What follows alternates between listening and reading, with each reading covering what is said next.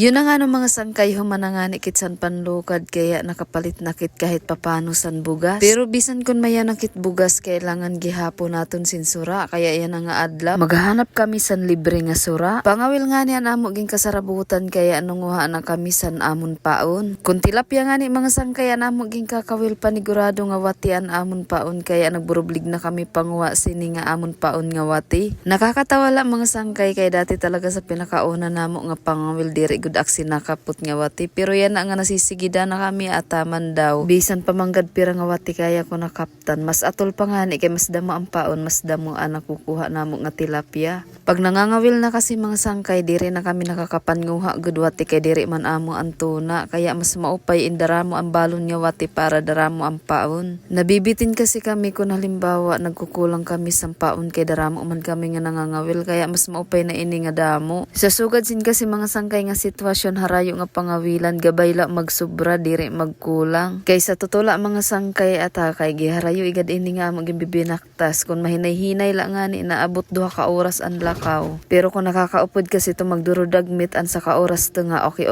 nagad pero ba mapagalgad la gihapon kaya pakakaagi namo sin alugan piramigad udi kami nanginginom kay ata gitang layi nga mga bububkid nga amo ging kikinalakwan diri gad la udi basta-basta nam giniinagian bago makaabot. Pero kay sulit gadla gihapon kay damo man diri nakukuan ang tanglay labi na insigi an barang kangan kaupod man imo mga sangkay. Pero syempre bisan kun suga danay gadla gihap makulba para sining amo ginilinatayan ataman daw anam sit mga kulba dida gulpi. Nagpakabutas kasi kami kaya medyo delikado siya kay matadjas lang. Kun halimbawa magmalian amo pagpitad ngan dito kasi sa ilarom san tubig daramo kasi ang mga kakhoy kaya delikado talaga kun mahulog ka kay pwede ka mabuno. Sobra-sobra gad uri sing ka challenging ini nga amo pag malaka papangawil kundi nala pag malalibre san sura. Dako na kasi nga tipid mga sangkay kun halimbawa ikaw mismo ang nangunguha ngan syempre diri ka na magpipinalit kay libre man. Basta mauyatom ka lang mga sangkay manguha ata kay gidadamo igad ang mga libre nga pwede mo isura sa tagliligid. Basta diri ka lang masilan ata kay gidadako igad nga imo matitipid. Inabot na nga ni kami sa amo destinasyon nga naman hinpwesto na kami. May na nakakaopay kay mga higara na gud sini nga pangawil kaya manhin pwesto nala. Nakaupay pagud kay pinanbuinas kami kaya una pala nga pangawil dayon na may mga subad. May na nakakaupay pag halimbawa may nakubit san imo kawil kay mag-i-enjoy ka gud. Kay ko nag-i-enjoy ka na san pangawil mga sangkay diri ka na talaga ginsasarakat san oras nga di mo namamalayan ang tanglay. Kay kaupay kasi san pakiramdam ang sunod-sunod nga may nakubit san imo kawil. Sa mga nakikiana naman nga to mga sangkay kun diin kami nangangawil adi ini dapit sa may GM didian amo pag-agi sa may binubungahan. Mas maupay kasi mga sangkay nga di mga wil kay diri pagud susot. Yun nga la mga sangkay napapansin namo ang mga tilapia kasi nga